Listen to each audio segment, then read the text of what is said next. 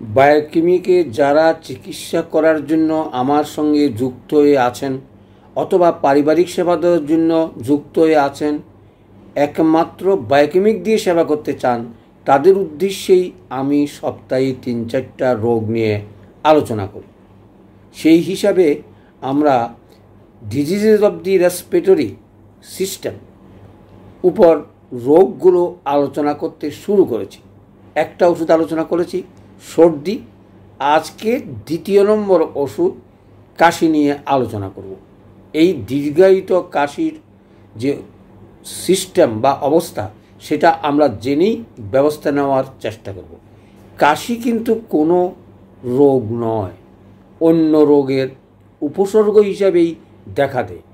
অর্থাৎ শ্বাসনালীতে বা শ্বাসযন্ত্রের যতগুলো অঙ্গ আছে বা পার্ট আছে, আমরা যেটা বলি অংশ বলি, সবগুলোতেই যদি কোনো রকমের ট্রাভেলস হয় তাহলে কাশি দেখা দেয়। সেই আলোচনায় আমরা করতে যাচ্ছি। অর্থাৎ এটা উপসর্গ হিসাবে আমরা জানি, নিজে কোনো রোগ নয়, অন্য কোনো কারণে হয়। সেই কারণটা বাইর করতে না পারলে আমরা চিকিৎসাও করতে পারি না। তাহলে সচরাচর বুঝলাম শ্বাসযন্ত্রের প্রদাহের অথবা অন্য কোনো, যেমন ফেরিং, লেরিংস অথবা গলায় এবং ফুসফুসে অথবা পর্দায় কোনো রকমের ট্রাবল চলে অথবা হার্টের প্রবলেম হলেও কাশি হতে পারে। তাহলে প্রথমত কাশি আমরা চিন্তা করলাম যে 2 প্রকার হতে পারে, তরল এবং শুষ্ক। সচরাচর আমরা এটাই হয়তো জানি বা রুগী দেখি অথবা মানুষে কষ্ট পায়। তাইলে চলে আসলাম, কাশি 2 রকম হতে পারে। একটা হচ্ছে তরল, অর্থাৎ অনেক সময় কফ উঠে এবং শ্লেষা উঠে পানির মতনও কতটুকু বেরো, আর এক সময় কাশতে কাশতে কোনো রকমের কাশি বের হয় না, অনেক সময় সুতার মতন বেরো এবং কাশতে কাশতে অনেক জটিল থেকে জটিলতর অবস্থার সৃষ্টি হয়, কোনো কোনো সময় প্রস্রাব হয়ে যায়। সুতরাং এই সকল রোগ দূরীকরণের জন্য প্রথম থেকেই যদি আমরা ওষুধ ব্যবহার করি তাহলে গভীর থেকে গভীরতে যায় না। সেই কারণেই বায়োকেমিক নিয়ে আমার আলোচনা। যারা ডাক্তারি করবেন তাদের উদ্দেশ্যে আলোচনা করব। অনেক কিছু শিকার আছে, প্রয়োগ করার আছে, জানার আছে। হয়তো আমি খালি বায়োকেমিক ব্যবহার করে জীবনে হয়তো প্রতিষ্ঠিত হইতে পারিনি, সেটা আমার দুর্ভাগ্য বলেন আর সৌভাগ্যই বলেন। কারণ আমি সঙ্গে হোমিওপ্যাথিক নিয়ে আমি বেশি প্রয়োগ করেছি, উপকার পেয়েছি এবং আপনাদেরকে বলবো আপনারাও এটা দিয়ে উপকার পাবেন, একটু গভীরে পড়ালেখা করেন। তাহলে চলে আসি কাশির 2 রকম। তাহলে কী কাশি? তরল এবং শুষ্ক। অর্থাৎ কফ যখন বেরো আমরা বলবো তরল, সেটা পানি হতে পারে, আঠালোযুক্ত হতে পারে অথবা সাদা হতে পারে, হলুদ বর্ণের হতে পারে, কিন্তু কাশি উঠে। আর একটা উঠে না, শুষ্ক কাশি। কাশতে কাশতে হয়তো 2 মিনিট পর্যন্ত কাশার পরে একটা টুকরা বেরোলো অথবা লোড বেরোলো অথবা আঠালোযুক্ত কফ বেরোলো। যাই হোক, আর কি কাশি আছে? আর 2টা কাশি আছে যেগুলোর নাম অথবা কষ্ট আমরা বেশি পেয়ে থাকি। একটা হলো হুপিং কাশি আর একটা হলো ঘুংলি কাশি। যাই হোক, চলে আসি তাহলে লক্ষণটা কী, উপসর্গটা কী, কীভাবে আমরা সেটা বুঝব। দেখুন, সর্দি হইলেও কাশি হয়। তাইলে সর্দি অরিজিনাল রোগ, অর্থাৎ জীবাণুঘটিত রোগ, এবং সেই কারণেও কাশি হইতে থাকে। সামান্য কাশি হয়, কোনো সময় হুপিং কাশি দীর্ঘদিন সেটা ক্রনিক ডিজিজে পরিণত হয়। অর্থাৎ কাশিগুলো যখন পুরাতন হয়, নানা রকমের ট্রাবল সৃষ্টি করে এবং অন্য কোনো রোগের ভালো করতে দেয় না, তখনই আমরা তাকে বলবো ক্রনিক ডিজিজ। দীর্ঘদিন ভোগে, কোনো রোগেই চিকিৎসা হয় না। যদি উদাহরণ দিয়ে বলি, আমার কাছে একটা রোগী 10 বছরের কাশি কষ্ট পাচ্ছে, কিন্তু কাশির চিকিৎসা করতে পারে নাই। টিবি হয়েছে কিনা টেস্ট করেছে অন্তত 3 বার 4 বার, কিন্তু টিবি তার ধরা পড়ে না। যাই হোক, এ সকল রোগ নিয়েও হয়তো টুকটাক একটু আলোচনা করব। সেই রোগটা ছিল হুপিং কাশির কুফল। অর্থাৎ হুপিং কাশি ঠিকমতো চিকিৎসা না হলেই দীর্ঘদিন কাশিতে কষ্ট পায়, নানা রকমের ট্রাবল সৃষ্টি হয়, এবং সেই কারণেই সেই রোগীকেও আমি চিকিৎসা করেছি।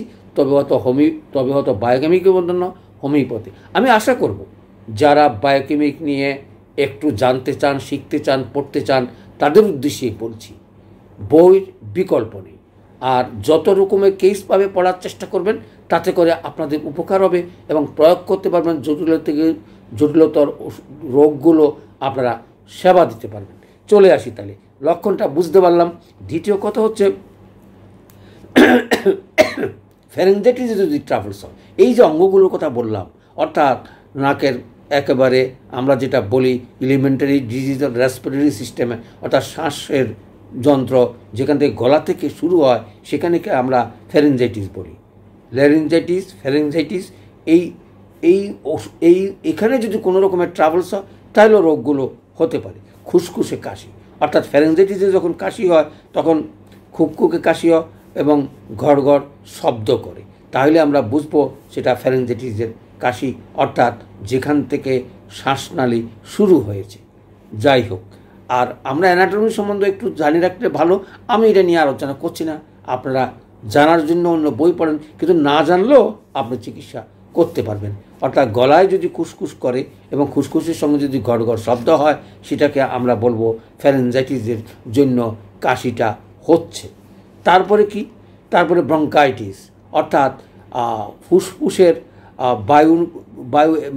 বায়ু চেম্বারগুলোতে যদি কোনো রকমের ট্রাভেলস হয় তাকে আমরা বলবো ব্রঙ্কাইটিস, অর্থাৎ বুকে খুব শব্দ করবে এবং সেটা স্টেথোস্কোপ দেখলেই বুঝতে পারবেন।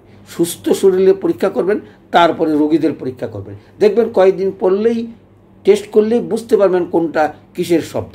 সেখানে দেখবেন সি শব্দ করেন অথবা বাতাস আসা যাওয়ার শব্দ আমরা পাই ব্রঙ্কাইটিসে, এবং ব্রঙ্কাইটিসের সঙ্গে জ্বর থাকতে পারে, কাশি থাকতে পারে। ওই যে বললাম উপসর্গ, অর্থাৎ কাশি হচ্ছে ব্রঙ্কাইটিসের উপসর্গ, তার সঙ্গে জ্বর থাকতে পারে এবং সাই শব্দ করতে পারে।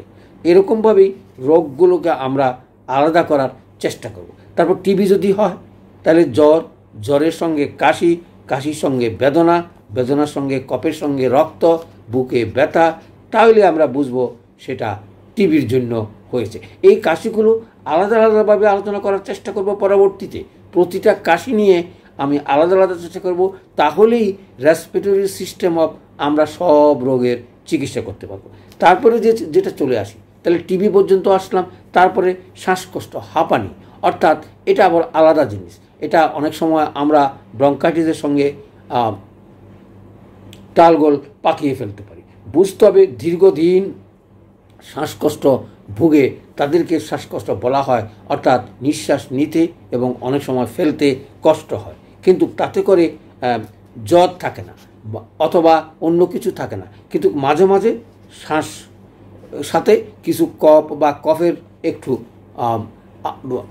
একটু সৃষ্টি হয়। সেটা হয়তো কাশলে অনেক সময় উঠে, অনেক সময় উঠে না, এবং সেই অনেক সময় কাশি হয়ে গেলে শ্বাসকষ্ট অনেক সময় কমে যায়। তাইলে এই দেখো কতগুলো রোগ আলোচনা করলাম, অর্থাৎ প্রত্যেকটা ট্রাভেলসেই কাশ রোগ আছে। যেমন আমরা নিউমোনিয়ার কথা বলতে পারি, অর্থাৎ নিউমোনিয়া যদি হয় তাহলে কফের বর্ণ হবে লাল ইটের মতন, সঙ্গে জ্বর থাকতে পারে এবং জ্বর থাকতে পারে, তাহলে আমরা বুঝবো। এবং গলায় শব্দ হবে, লাংসেও শব্দ হবে, অর্থাৎ সি শব্দ যদি থাকে। তারপরে কি? তারপরে যে ঘুঙি কাশি, ঘং ঘং শব্দ করে, অর্থাৎ গলার শব্দ মনে যেন খুব দূরে থেকেও শোনা যায়, এবং ভিতরের কাশি অনেক সময় আমরা স্টেথোস্কোপে টেস্ট করলে দেখা যাবে সেখানেও কফের তরল কফের প্রকাশ আছে। তাহলে চলে আসি তারপরে যেটা, যেমন হাম জ্বরও কাশি হতে পারে। হামে যদি জ্বর হয়, জ্বরের সঙ্গে শুষ্ক কাশি, খুসখুস কাশি, গলায় যেন কোনো রকমের আরাম পাওয়া যায় না।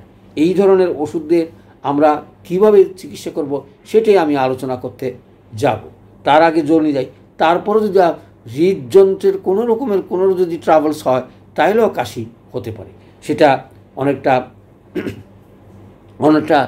কাশতে কাশতেই একদম শুষ্ক কাশি, কিছুই উঠে না।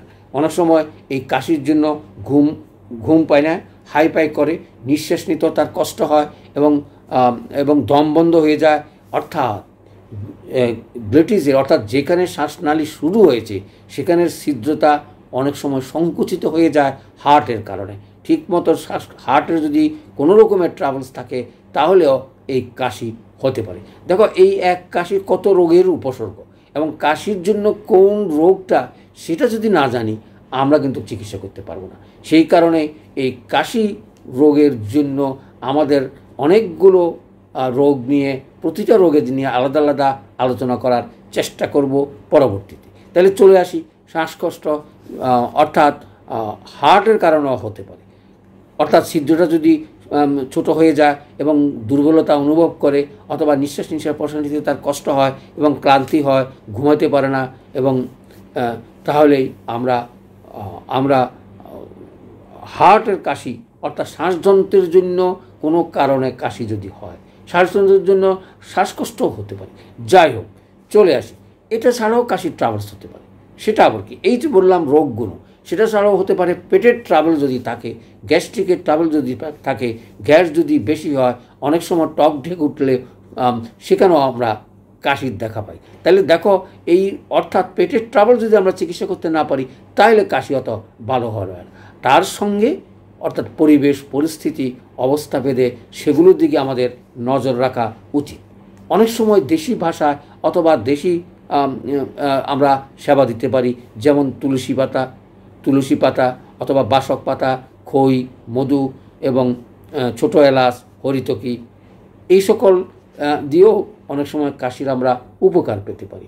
এগুলো হচ্ছে ঘরোয়া অথবা সামাজিকভাবে অনেক সময় প্রচলিত। তবে বাসক পাতার রস এবং তুলসী পাতার রস চমৎকার কাজ করে তরুণ রোগে। এই যে আগে বললাম তরুণ আর ক্রনিক ডিজিজ, যেগুলো অনেক দিন ভুক্ত হয়ে গেছে, সেগুলোতে এটা খেলে খুব একটা উপকার করবে না। কিন্তু তরুণ রোগে হঠাৎ করে কোনো রকমের কোনো কাশি হলো, তাহলে ফ্যারেঞ্জাইটিস হোক আর ল্যারেঞ্জাইটিস হোক, যদি এটা আক্রমণের প্রথম স্টেজ থাকে, তাহলে এই সকল জিনিসগুলো অনেক ভালো কাজ করে। তারপরে আমাদের দেশি ভাষায় বলে, অর্থাৎ সামাজিকভাবে অথবা অনেকেই জানে, যেমন বেত্তার শাক, যেও এক রকমের শাক আছে, সেগুলো কাশির উপকার করে। অর্থাৎ পেটে যদি বায়ু জমে অথবা অন্য কোনো কারণে যদি রোগ হয়ে থাকে, সেগুলো যদি আমরা দূরীভূত না করতে পারি, তাহলে আমরা কাশির চিকিৎসা করতে পারবো না।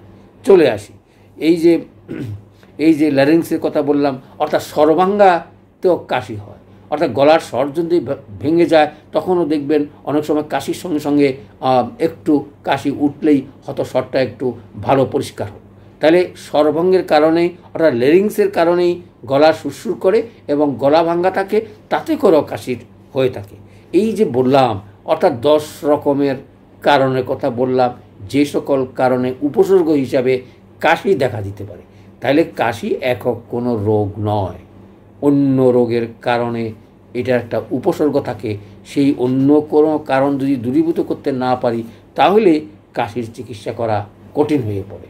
চলে আসি, তাহলে আমরা তো 12টা ওষুধ দিয়েই শুরু করব। আমাদের ওষুধ আছে 12টা, সেখান থেকে আমরা কিভাবে ওষুধ দিয়ে চেষ্টা করব আমরা কত তাড়াতাড়ি চিকিৎসা করতে পারি। দেখুন, প্রথমে চলে আসি ফেরাম্পস। ওই যে বললাম সর্দি রোগে ফেরাম্পস উপকার, সেখানে একটু জ্বরও থাকতে পারে, একটু কাশিও থাকতে পারে। প্রথমে স্টেজে সেটা আমরা ব্যবহার করতে পারি দিনে 4-5 বার 2টা করে। অনেকে তো বলবেন, স্যার 4টা করে বইতে বলা আছে। আরে বলা আছে তো ব্যবসা ছাড়া আমি 2টার কাজ দেখে অবাক হই। আমি একটার কথা নাই বললাম, কারণ হলো বললে বর্তমান সমাজে আমাকেও বিশ্বাস করবে না। একটাই যথেষ্ট। সেজন্য শিশুদেরকে একটাই দিবেন, 2টা দেওয়ার দরকার নাই যাদের বয়স 2 বছর। আর যাদের বয়স বেশি, তাদের ধারণা ওষুধ একটু বেশি করে না খাইলে ওষুধের কাজ হয় না। কিন্তু হোমিওপ্যাথিক অথবা বায়োকেমিক তা কিন্তু নয়। এগুলো বেশি খেলে বেশি কাজ তা না। এটার যে একটা বডির যে কাজ, 4টা বডিরও সেই কাজ, 10টা বডিরও সেই কাজ। কি অদ্ভুত জিনিস! তার কারণ হচ্ছে এগুলো অন্য স্তরের ওষুধ, অর্থাৎ আয়নযুক্ত ওষুধগুলো। চলে আসি, তাহলে কি প্রথম দিয়ে শুরু করলাম? ফেরাম্পস দিয়ে আমরা প্রাথমিক স্টেজে শুরু করতে পারি। কাশি যদি একেবারে পাতলা অথবা গলা দিয়ে একটু ঘন অথবা কাশতে কাশতে হয়, প্রথম আক্রমণ যদি থাকে, আমরা দিনে 5 বার করে ব্যবহার করতে পারি। আমি বলবো প্রথমেই যদি আপনি ফেরাম্পস ঘরে বসে দিতে পারেন, তাহলে রোগটা আর বেশি দূর আগায় না। কেন আগায় না? কারণ ফেরাম্পস রক্তের উপরে কাজ করে, আয়রন সিরাপ, রক্ত তখন সচল হয় এবং সে ফাইট করে রোগ যেন আর আগাতে না দেয়। কি সুন্দর সিস্টেম! আমরা বুঝি না গতিকে, আমরা জানি না গতিকেই আমরা ভুক্তভোগী নানা রকম পথ্য অথবা অপথ্য খেয়ে আমরা শরীরকে নষ্ট করি। আমি এই কথা বলবো না যে এলোপ্যাথিক আমরা খাবো না, খাবো। আমরা যদি আমাদের ফেল করি, আমাদের যদি এই 12টা ওষুধ দিয়ে চিকিৎসা করতে না পারি, তাহলে নিশ্চয়ই খাবো, আমি এবং কথা বলবো না। কিন্তু প্রথমে স্টেজে যদি আমরা ফেরামফস 6x 2টা করে দিনে 4-5 বার বা 6 বার যদি খান, যদি রোগ না যায়, উপকার না পান, তাহলে আপনাকে অন্য ওষুধের ব্যবস্থা করবে। সেকেন্ড ওষুধটা কি? সেকেন্ড ওষুধটা কেলিমিউর, অর্থাৎ কফ উঠবে, সাদা এবং জিহ্বাও সাদা থাকতে হবে, পায়খানা কষা থাকবে এবং এবং এবং সেভাবে আমরা প্রয়োগ করব। অর্থাৎ তরুণ কাশিতে সেকেন্ড স্টেজ, প্রথম স্টেজটা ফেল করলাম, আপনি হয়তো 2 ঘন্টা বা 3 ঘন্টা পরপর দিয়ে দেখলেন 3-4 খাওয়ার পরে কাশি যাচ্ছে না, অথবা প্রথম থেকেই যদি তার শ্লেষা যদি একটু ঘন থাকে, সাদা বর্ণ থাকে, অথবা জিহ্বাটা যদি সাদা হয়, কনস্টিপেশন যদি থাকে, আর যদি কেলিমিউরের আর কোনো লক্ষণ পান, 2 নম্বর মেডিসিন হচ্ছে কেলিমিউর।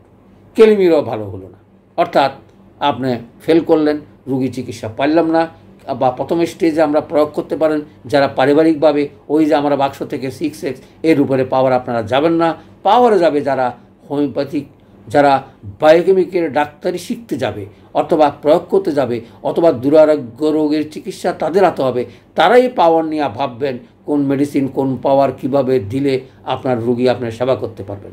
অযথা পাওয়ার দিয়ে কোনো রকমের চিকিৎসা করার চেষ্টা করবে না। তারপরে কি ওষুধ? তারপরে আছে ম্যাকফস। এটা হচ্ছে দেখুন স্নায়ুযন্ত্রের অথবা স্পারম অথবা সংকুচিত অথবা কোনো জায়গা যদি কোনো কিছু হয়, অনেক সময় ম্যাকফসও কাজ করে।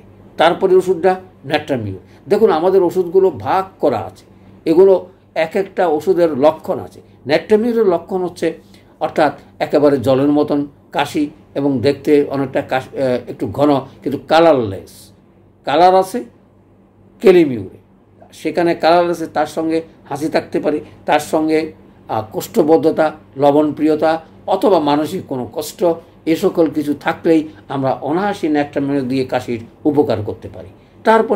তারপরে পেটের যদি ট্রাবল থাকে ন্যাট্রামফস দিতে পারি। কিন্তু ন্যাট্রাম সালফের কাজ একটু আলাদা। ন্যাট্রাম সালফের অনেক বেশি উপকার আছে। যদি পিত্তের সঙ্গে গণ্ডগোল হয়ে লাংসের কোনো গণ্ডগোল থাকে, তাহলে আমরা ন্যাট্রাম সালফ দিতে পারি। সচরাচর বর্ষাকালের কাশিতেই এই ওষুধ ব্যবহার হয়ে থাকে।